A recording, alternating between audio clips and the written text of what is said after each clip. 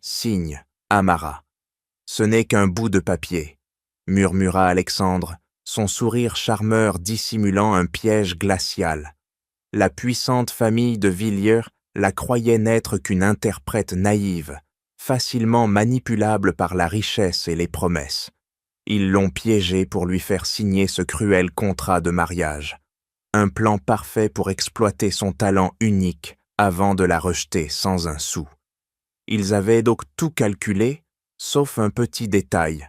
Le père d'Amara, ce professeur discret qui menait une vie tranquille en banlieue parisienne.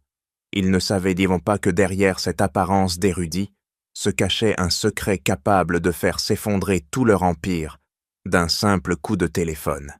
Ils pensaient Tandy jouer avec un pion, mais ils ne réalisaient pas qu'ils affrontaient le roi.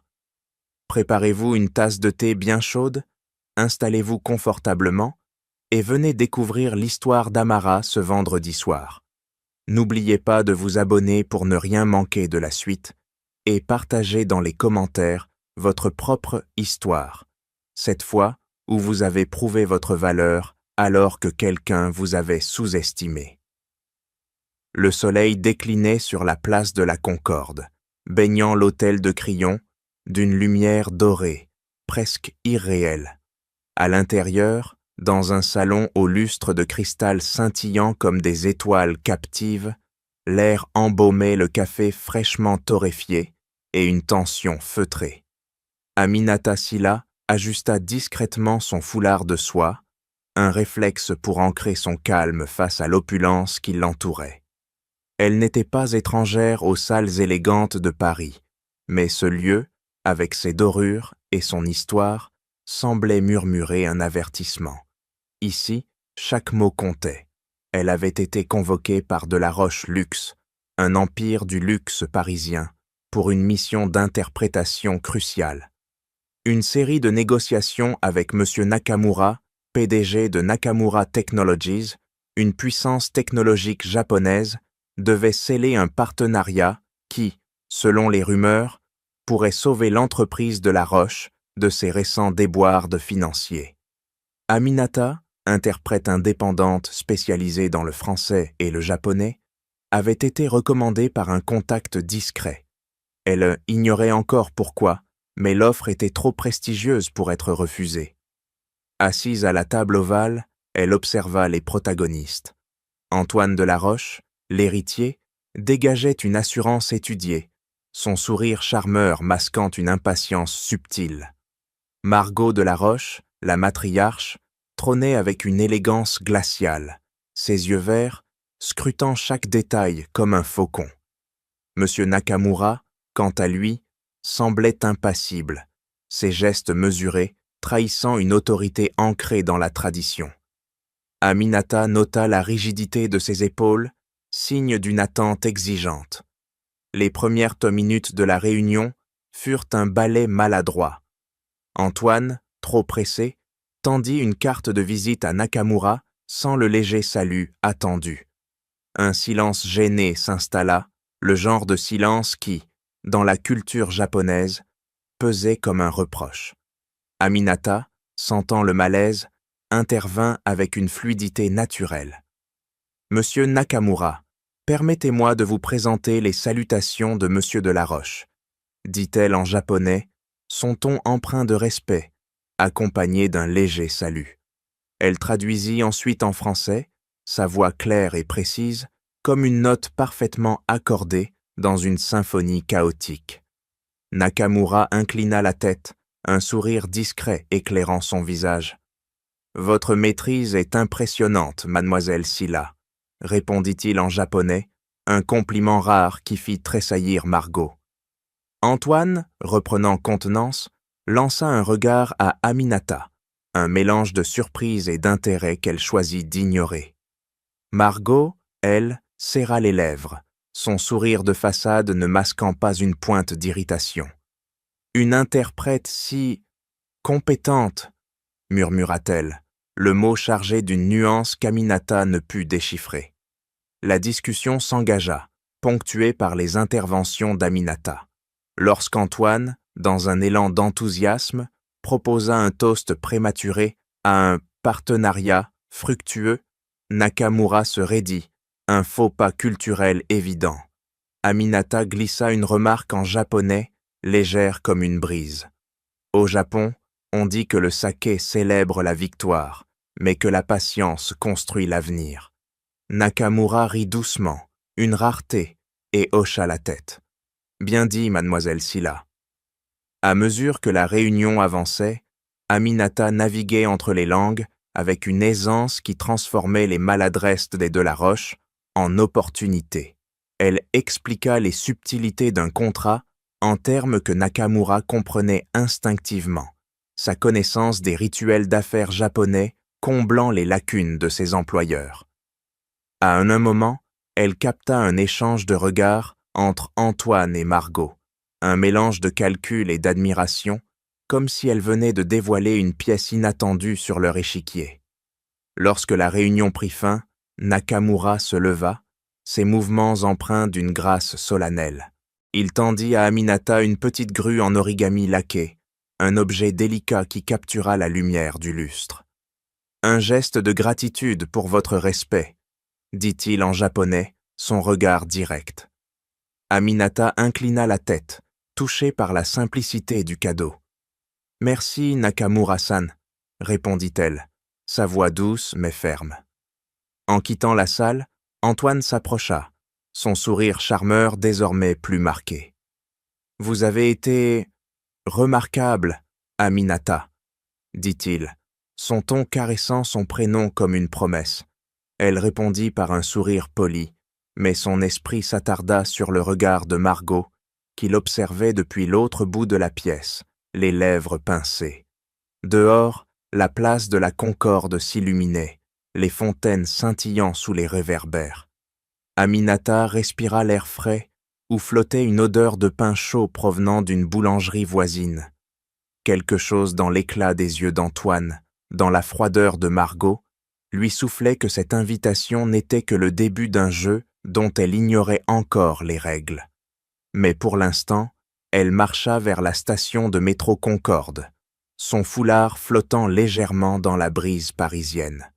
La grue en origami pesait doucement dans sa poche, un rappel de la confiance de Nakamura, et quelque part, au fond de son cœur, une petite voix murmurait « Sois prudente, Aminata, ce monde n'est pas le tien. » La lumière des réverbères dansait sur la Seine, transformant le pont Alexandre III en un ruban d'or scintillant sous le ciel crépusculaire.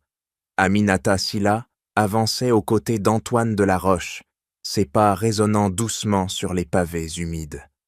L'air frais portait l'odeur sucrée des marrons grillés d'un vendeur ambulant, un parfum qui semblait ancrer cette soirée dans l'âme de Paris.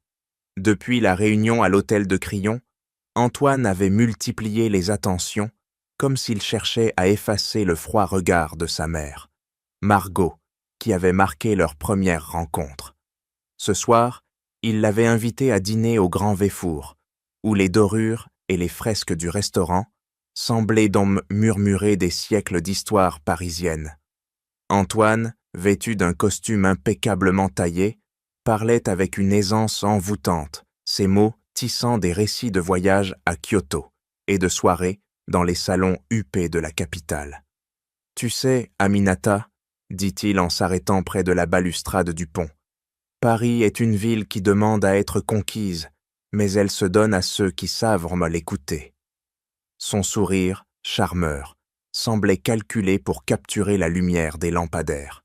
Aminata sentit son cœur s'accélérer, mais une petite voix intérieure, celle qui avait perçu l'éclat acéré des yeux de Margot, lui soufflait de rester sur ses gardes. Le dîner au Grand Véfour fut un spectacle en soi. Les serveurs glissaient comme des ombres discrètes, déposant des plats aux saveurs délicates. Un velouté de châtaigne, un filet de bar à la vapeur d'algues, inspiré par la cuisine japonaise. Antoine, entre deux gorgées de Sancerre, posait des questions sur le parcours d'Aminata, son amour pour les langues, son appartement dans le 20e arrondissement. Lorsqu'elle mentionna son quartier, vibrant de couleurs et de voix du monde entier, Il hésita une fraction de seconde, un éclat fugace dans ses yeux qu'elle ne sut interpréter. « C'est pittoresque, » dit-il enfin, son ton un peu trop poli. Aminata sourit, mais son esprit nota ce décalage, comme une fausse note dans une partition. Les jours suivants, Antoine intensifia son offensive.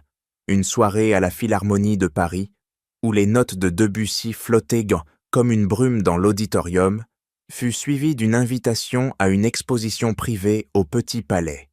Là, sous les plafonds ornés de fresques, il la présenta à des figures de l'élite parisienne, des galeristes, des créateurs de mode, des financiers.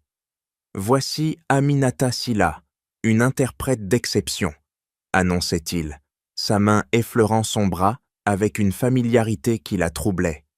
Les regards curieux, parfois teintés de condescendance, la suivaient, mais elle répondait avec une grâce naturelle, ses mots précis et son sourire désarmant. Lors d'un cocktail à la Philharmonie, Margot de la Roche fit une apparition, un verre de champagne à la main, son élégance froide contrastant avec l'atmosphère chaleureuse. Elle s'approcha d'Aminata, son regard glissant sur elle comme sur une œuvre d'art à évaluer. Une alliance entre nos mondes serait symbolique, dit-elle, ces mots soigneusement choisis. Monsieur Nakamura apprécie les gestes qui unissent l'acte, les cultures, n'est-ce pas? Aminata inclina la tête, son instinct lui soufflant que cette remarque cachait plus qu'elle ne révélait. L'union véritable naît de la sincérité, Madame de la Roche, répondit-elle, son ton doux mais ferme. Margot haussa un sourcil, un sourire crispé aux lèvres, avant de s'éloigner. De retour chez elle, dans son petit appartement du 20e arrondissement, Aminata ouvrit une fenêtre donnant sur une rue animée par les rires et les odeurs d'épices d'un marché nocturne. Elle sortit la grue en origami, offerte par Nakamura, la faisant tourner entre ses doigts. L'attention d'Antoine, ses invitations dans le tourbillon de la haute société, étaient enivrantes, mais quelque chose clochait. Ses gestes semblaient trop parfaits, comme une pièce de théâtre répétée à l'avance. Elle murmura pour elle-même, un sourire ironique aux lèvres. Cet amour avance plus vite qu'un TGV, mais où va-t-il vraiment? Le lendemain, Antoine l'appela, proposant une promenade dans les jardins des Tuileries. « Juste nous deux », promit-il, sa voix chaude à travers le téléphone. Aminata accepta, mais en raccrochant, elle repensa au regard de Margot, à cette hésitation d'Antoine lorsqu'elle avait parlé de son quartier. Était-ce de l'amour ou un rôle qu'il jouait avec brio? Elle enfila son manteau, le cœur partagé entre l'espoir et une méfiance grandissante. Dehors, Paris scintillait, mais ses lumières cachaient autant qu'elles révélaient. Et dans cette ville de secrets, Aminata sentait qu'elle venait d'entrer dans une danse dont elle ne connaissait pas encore les pas. Le crépuscule enveloppait Saint-Germain-des-Prés d'un voile indigo, les réverbères projetant des ombres dansantes sur les façades anciennes. Dans la salle à manger de la demeure des de la Roche, un hôtel particulier aux boiseries ornées et aux chandeliers scintillant comme des constellations, Aminata Silla se tenait droite, son cœur battant à un rythme qu'elle peinait à calmer. Les semaines d'attentions envoûtantes d'Antoine, les dîners au Grand Véfour, les promenades sur le pont Alexandre III, avaient donc tissé un cocon d'espoir autour d'elle. Mais ce soir, l'air semblait chargé d'une menace invisible.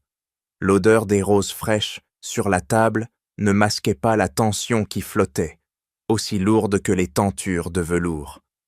Antoine, assis à ses côtés, lui offrait un sourire rassurant, mais ses doigts tambourinaient imperceptiblement sur la nappe damassée. Margot de la Roche présidait la table, son port altier rappelant une reine d'un autre siècle.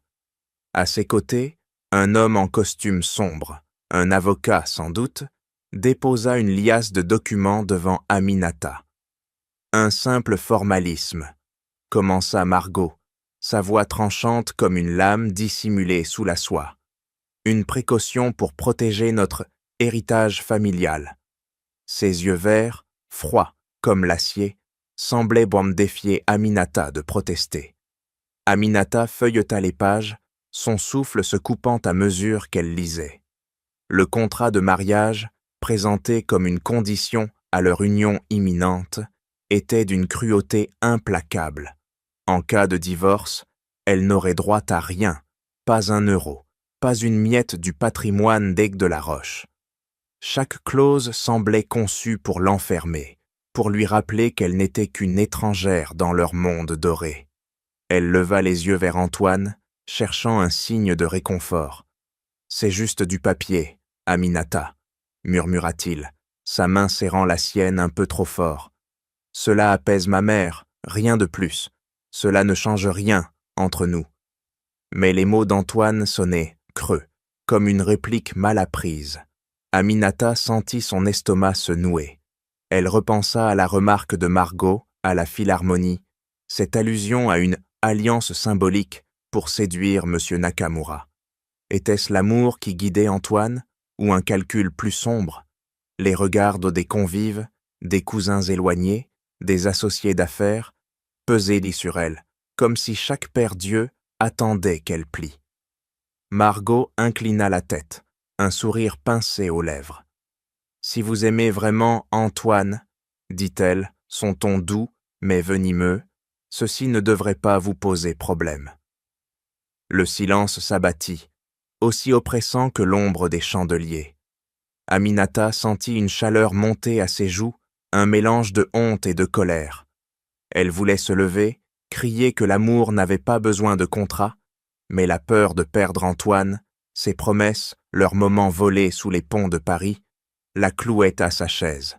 Ses doigts tremblèrent lorsqu'elle saisit le stylo. Antoine posa une main sur son épaule, un geste qu'elle aurait autrefois trouvé réconfortant, mais qui semblait maintenant possessif. « Fais-le, Aminata, » murmura-t-il, son souffle chaud contre son oreille. « Tout ira bien. » Elle signa, sa signature glissant sur la page comme une blessure. Lorsqu'elle repoussa les documents, Margot les saisit avec une satisfaction à peine dissimulée. « Une sage décision, ma chère, » dit-elle, son sourire aussi tranchant qu'une lame de guillotine. Le dîner reprit, les conversations s'élevant en un bourdonnement mondain, mais Aminata n'entendait plus rien. Le goût du vin, un château Margaux millésimé, était amer sur sa langue. Elle se força à sourire, à répondre mamie de questions polies, mais son esprit tournoyait. Ce n'était pas un simple document, c'était une déclaration. Elle n'était pas des leurs.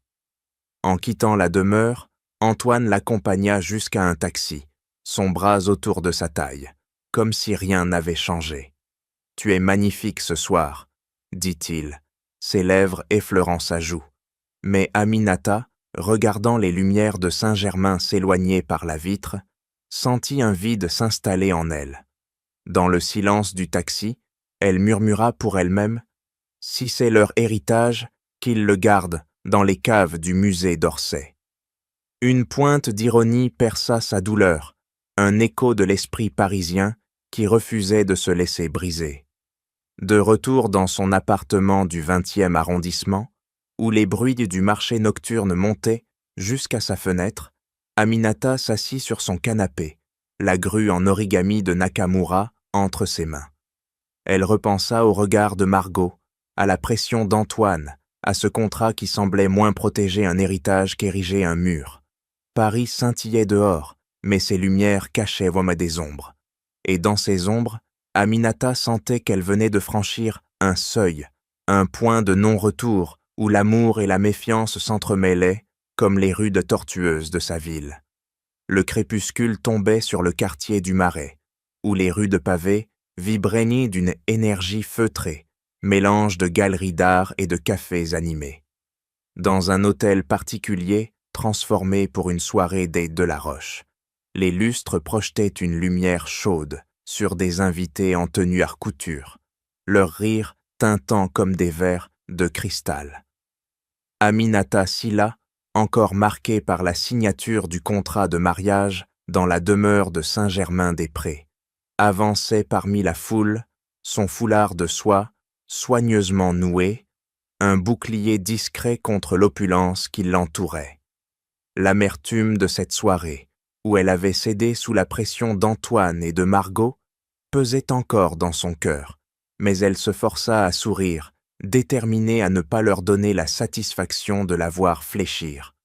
Antoine, qui l'avait autrefois escortée avec une chaleur envoûtante, se tenait à l'autre bout de la salle, entouré d'hommes d'affaires, aux costumes impeccables.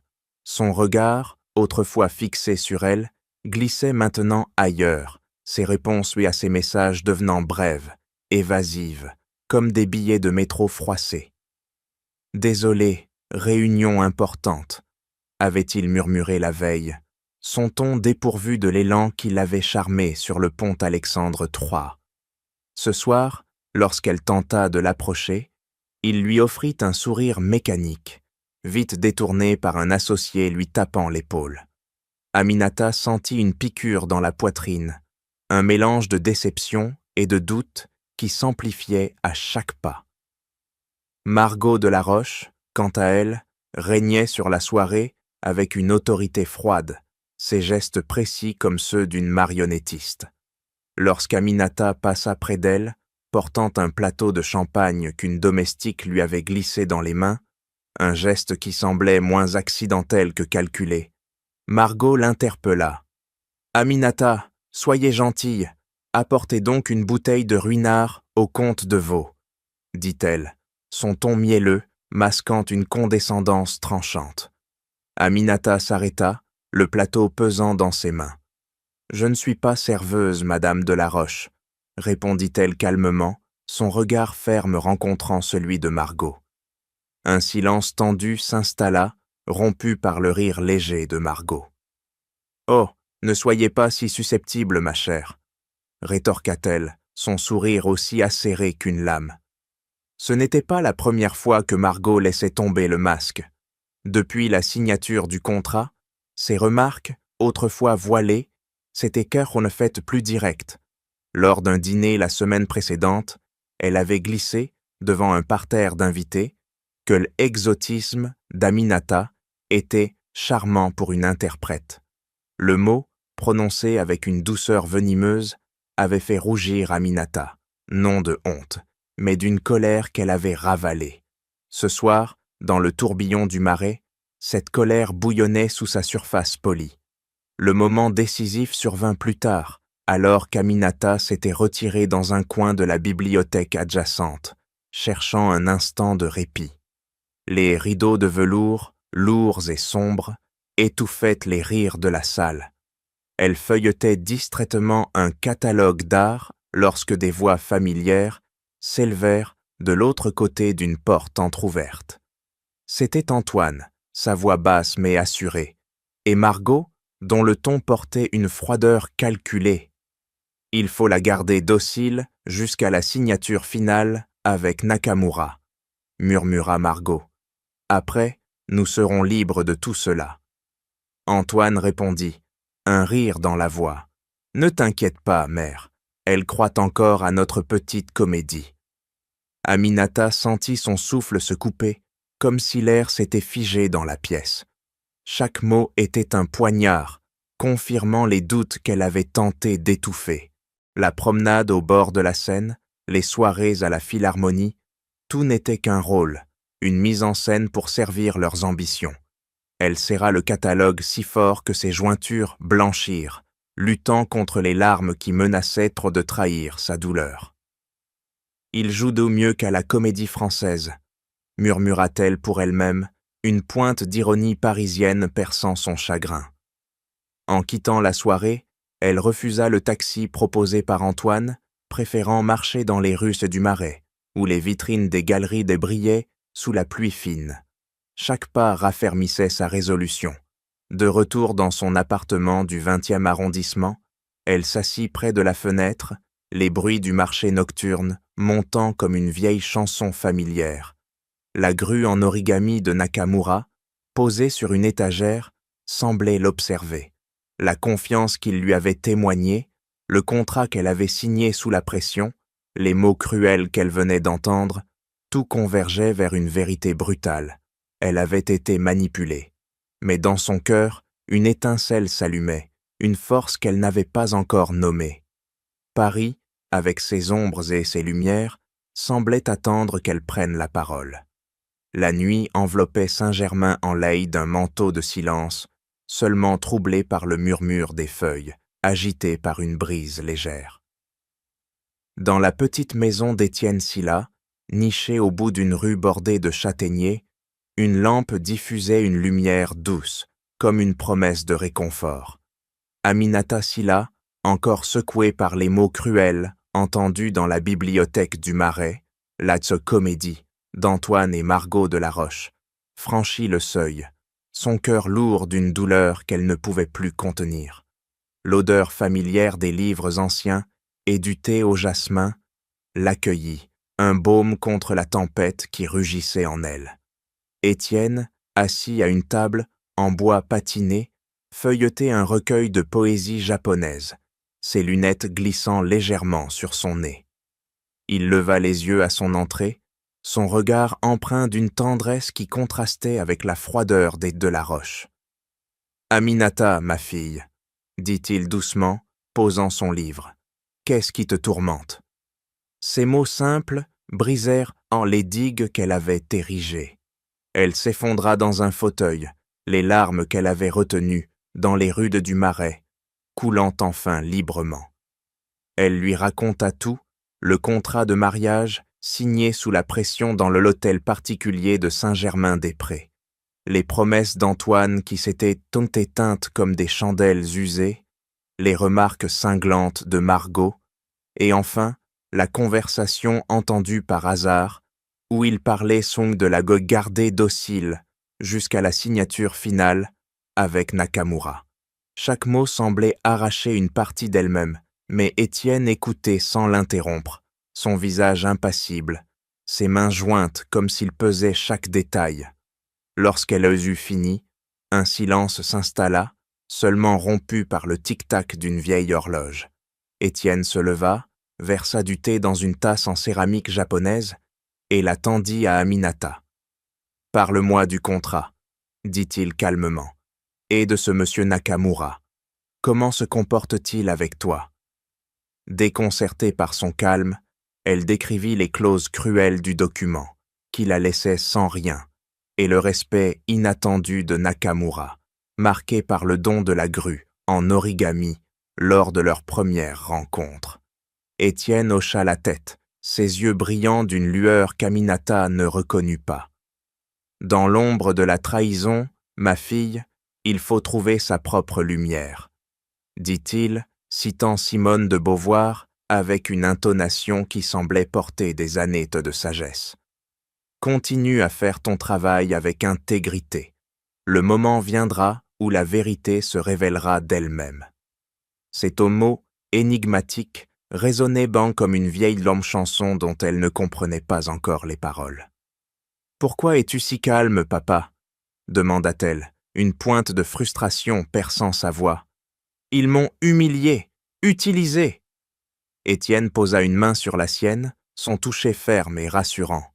« Paris est une ville de masques, Aminata, mais sous chaque masque, il y a une vérité qui attend son heure. Sois patiente. » Il se leva et marcha vers une étagère où un rouleau de calligraphie japonaise voisinait avec un recueil d'essais français. Il effleura le rouleau du bout des doigts, un geste presque rituel. Nakamura, un homme qui valorise l'honneur, n'est-ce pas ? Murmura-t-il, plus pour lui-même que pour elle. Aminata fronça les sourcils, troublée par l'assurance de son père. Elle avait espéré de la colère, des conseils directs, mais Étienne semblait jouer une partie d'échecs dont elle ne voyait pas encore l'échiquier. Pourtant, son calme l'ancrait, comme les rues d'Antipaisible de Saint-Germain-en-Laye après le tumulte du Marais. Elle but une gorgée de thé, la chaleur apaisant sa gorge nouée. « Je ne sais pas si je peux continuer à les affronter », avoua-t-elle, sa voix tremblante. Étienne revint s'asseoir, son regard doux mais résolu. Tu es plus forte que tu ne le crois, Aminata. Tu portes en toi l'honneur de ceux qui savent me voir au-delà des apparences. Il sourit, un sourire qui semblait cacher un secret. Retourne à Paris. Fais ce que tu fais de mieux. Le reste suivra. En quittant la maison, Aminata marcha sous les châtaigniers, l'air frais portant l'odeur sucrée des fleurs. Les mots d'Étienne tournaient dans son esprit, énigmatiques mais puissants. De retour dans son appartement du 20e arrondissement, elle ouvrit la fenêtre, laissant entrer les bruitages du marché nocturne. Rires, conversation en 1000 langues, odeur d'épices. La grue en origami de Nakamura trônait sur son bureau, un symbole de confiance qu'elle n'avait pas encore pleinement saisi. Dans le silence de la nuit parisienne, elle sentit une étincelle s'allumer en elle, une résolution froide qui remplaçait peu à peu la douleur. Les Delaroche pensaient en se l'avoir piégée, mais ils ne connaissaient mieux pas encore la femme qu'elle était en train de devenir. Les lumières féeriques, suspendues dans le loft du Marais, scintillaient comme des étoiles captives, transformant la salle en un théâtre de l'opulence parisienne. Les invités, drapés de soie et de cachemire, évoluaient dans un ballet de rires et de coupes de champagne, leurs voix se mêlant au murmure d'une musique jazzy. Aminata Silla, encore ébranlée par les mots énigmatiques de son père Étienne à Saint-Germain-en-Laye, se tenait parmi la foule, un sourire de façade masquant le tumulte qui bouillonnait en elle. Depuis la soirée où elle avait surpris Antoine et Margot Delaroche complotés dans la bibliothèque, son cœur oscillait entre douleur et méfiance, mais les paroles de son père « Sois patiente, la vérité se révélera » la poussaient à avancer, à observer. Ce soir, Delaroche Luxe célébrait le succès apparent des négociations avec Nakamura Technologies. Les contrats préliminaires avaient d'emblée été validés, et l'ambiance était à l'euphorie. Antoine, au centre de la pièce, levait son verre, son charisme éclipsant presque les guirlandes lumineuses. Il ne lui accorda qu'un regard fugace, un sourire mécanique qui contrastait avec les promesses enflammées des semaines passées. Margot, quant à elle, glissait d'un groupe à l'autre, son élégance froide orchestrant chaque interaction comme une pièce d'échecs. Lorsqu'elle croisa Aminata, elle lui adressa un hochement de tête, mais ces mots résonnaient encore dans l'esprit d'Aminata. « Vous êtes une pièce temporaire, ma chère. » Cherchant un instant de répit, Aminata se retira sur la terrasse, où l'air frais du Marais portait l'odeur des pavés humides et des boulangeries des voisines. Les lumières de Paris scintillaient au loin, un rappel de la ville qu'il avait vue grandir, mais aussi de ses ombres impitoyables. Elle s'appuya contre la balustrade, son regard perdu dans l'horizon, quand des voix familières s'élevèrent d'un salon adjacent, la porte vitrée entr'ouverte, laissant filtrer leurs paroles comme un poison. « Une fois le contrat final signé, nous serons libres, » disait Margot, sa voix basse mais tranchante. « Un divorce pour incompatibilité suffira. Le contrat de mariage garantit qu'elle partira les mains vides. » Antoine répondit, un rire dans la voix. « Elle n'a rien vu venir. Une interprète, si talentueuse soit-elle, reste naïve face à nos enjeux. » Margot gloussa, un son rare et cruel. Son charme exotique a bien servi pour Nakamura, mais elle n'a jamais été digne de notre nom. Aminata sentit son cœur se serrer comme si une main invisible l'écrasait. Chaque mot était une confirmation brutale de ce qu'elle avait redouté. Les dîners au Grand Véfour, les promenades sur le pont Alexandre III, les regards d'Antoine, tout n'était qu'une mise en scène, une comédie cruelle pour sceller un accord commercial. La grue en origami de Nakamura, qu'elle gardait dans son sac, semblait peser comme un reproche muet. Elle serra les poings, ses ongles s'enfonçant dans ses paumes, mais aucune larme ne vint. La douleur, aiguë comme une lame, se muait en une résolution froide, une colère silencieuse qui brûlait plus fort que jamais. Elle revint dans la salle, son visage impassible, un masque parfait forgé dans les rues du 20e arrondissement, où elle avait appris à tenir tête aux regards indiscrets. Antoine l'aperçut et s'approcha, une coupe de champagne à la main. « Tout va bien, Aminata » demanda-t-il, son ton teinté d'une sollicitude feinte.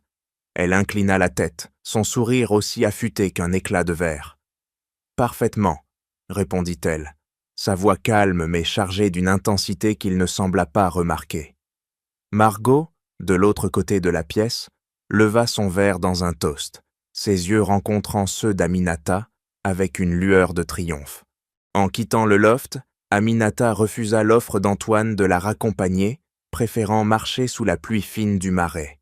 Les néons des galeries Sridhar projetaient des reflets terre colorés sur les pavés, comme un écho de sa propre résilience. Chaque pas raffermissait sa détermination. De retour dans son appartement, elle ouvrit la fenêtre, laissant les bruits tartis du marché nocturne, les rires, les conversations en langue mêlée, emplir la pièce. Elle posa la grue en origami sur son bureau, ses doigts effleurant ses contours délicats. Les mots de Margot, une pièce temporaire, résonnaient encore, mais ils ne la brisaient plus. Il l'avait sous-estimée, mais elle n'était plus la femme qui avait signé un contrat sous la pression.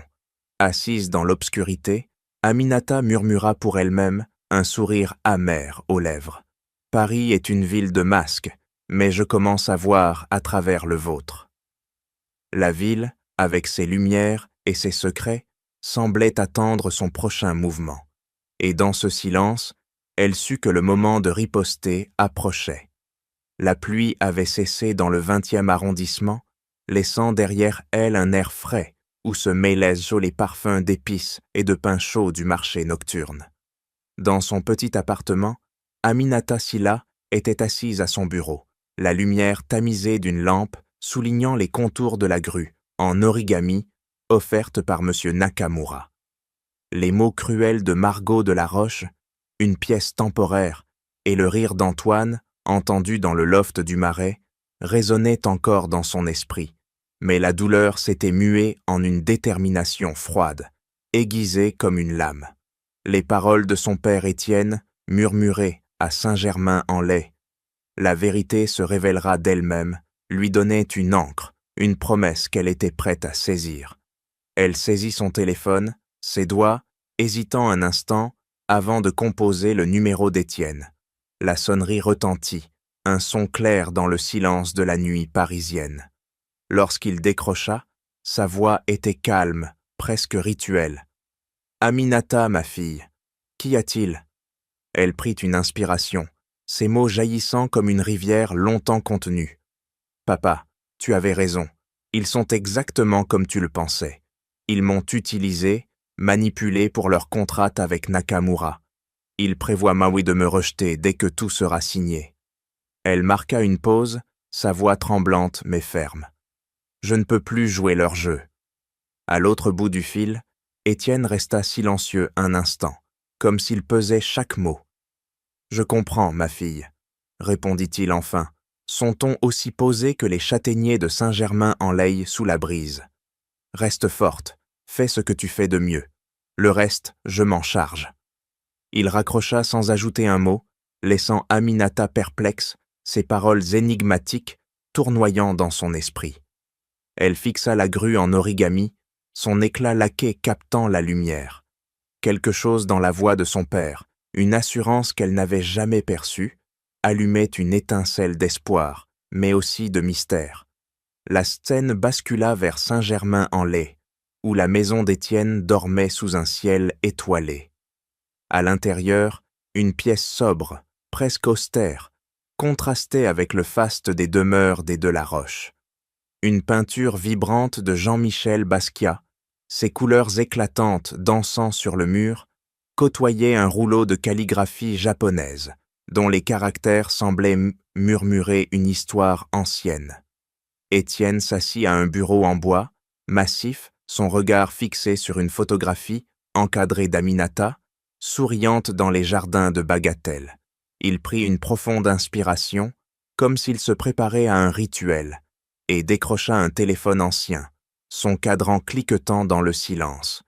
Il composa un numéro international. Ses doigts serrent précis, habitués.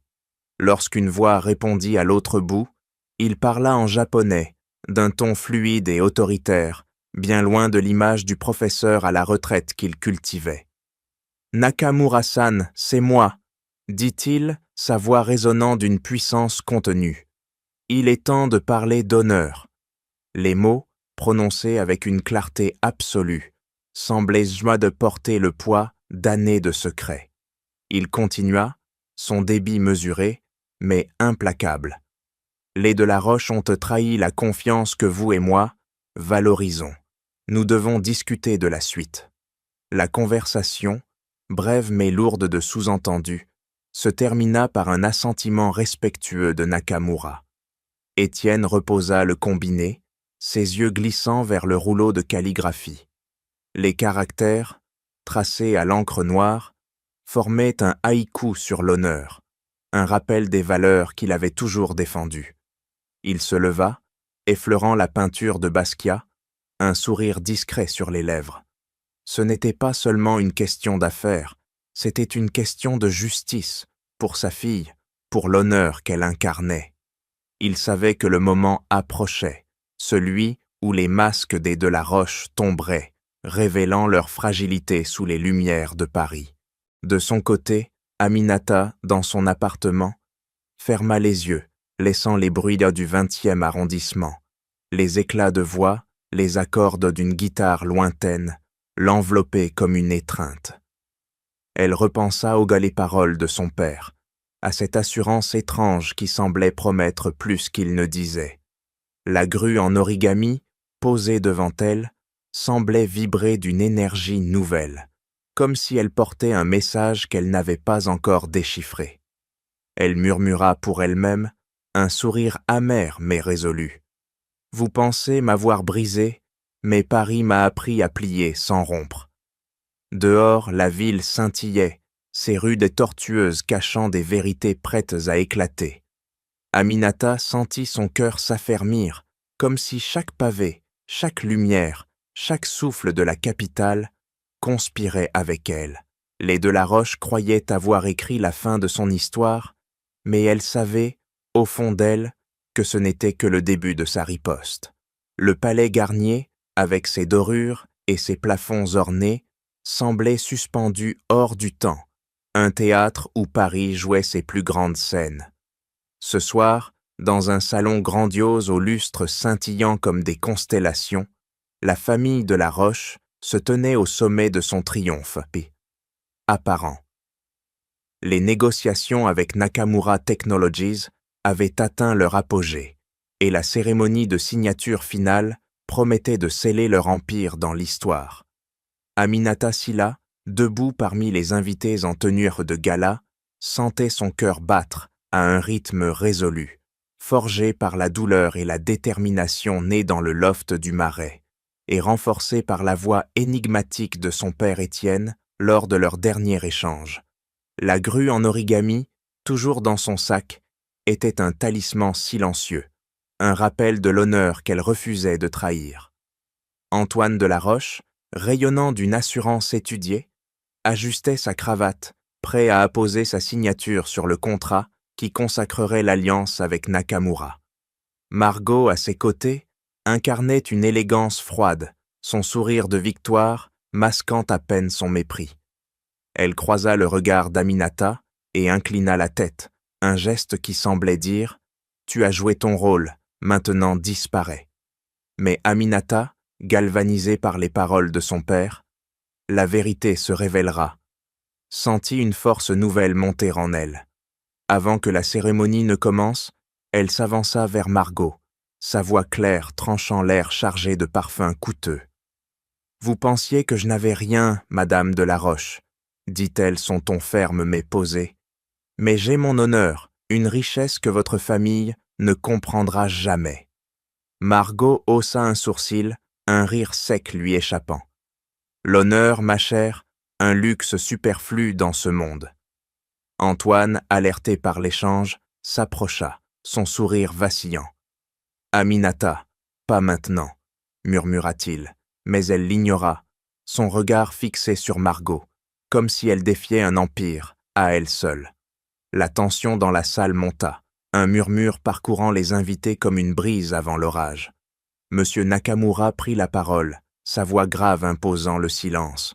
« Avant de signer, dit-il en français, son accent précis, notre actionnaire majoritaire qui a préféré l'anonymat jusqu'à ce jour souhaite s'adresser à vous. » Un écran doré s'illumina au fond du salon et le visage d'Étienne Sylla apparut, son regard calme mais d'une autorité indéniable. Nakamura s'inclina profondément, un geste qui fit frémir l'assemblée. Les Delaroche, figés, échangèrent un regard où l'incompréhension se mêlait à une peur naissante. « Mesdames et messieurs, » commença Étienne en français, sa voix résonnant comme un verdict. Delaroche Luxe a cherché à construire un partenariat sur des fondations fragiles. L'honneur, la confiance, ces valeurs, essentielles dans les affaires comme dans la vie, leur font défaut. Il marqua une pause, ses yeux trouvant ceux d'Aminata à travers l'écran, un éclat de fierté les illuminant. « Monsieur Nakamura, ce contrat ne sera pas signé. » Un silence de plomb s'abattit, aussi lourd que les rideaux de velours du palais Garnier. Margot blêmit, sa coupe de champagne tremblant dans sa main. Antoine, bouche bée, chercha à parler, mais aucun mot ne vint. Étienne poursuivit, son ton doux mais implacable. « Aminata, ma fille, tu es mon véritable héritage. Tu as prouvé que l'intégrité vaut plus que tout l'or de ce monde. » L'écran s'éteignit, laissant l'assemblée dans un vide assourdissant. Les murmures éclatèrent, les invités s'agitant comme des spectateurs après une scène dramatique. Margot tenta de reprendre contenance, mais son empire, bâti sur des intrigues, s'effondrait sous le poids de la vérité. Antoine, livide, s'approcha d'Aminata, mais elle leva une main, l'arrêtant net.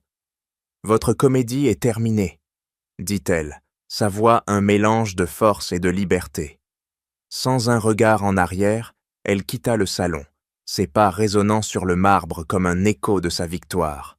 Dehors, le 20e arrondissement l'accueillit avec ses rudes vibrantes, où un mural aux motifs africains brillait sous les réverbères.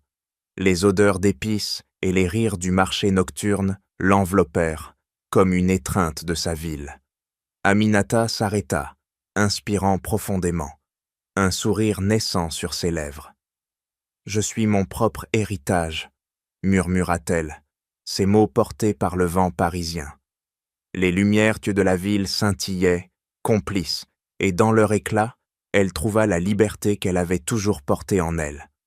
Paris, avec ses ombres et ses promesses, était à ses côtés, prêt à écrire la suite de son histoire.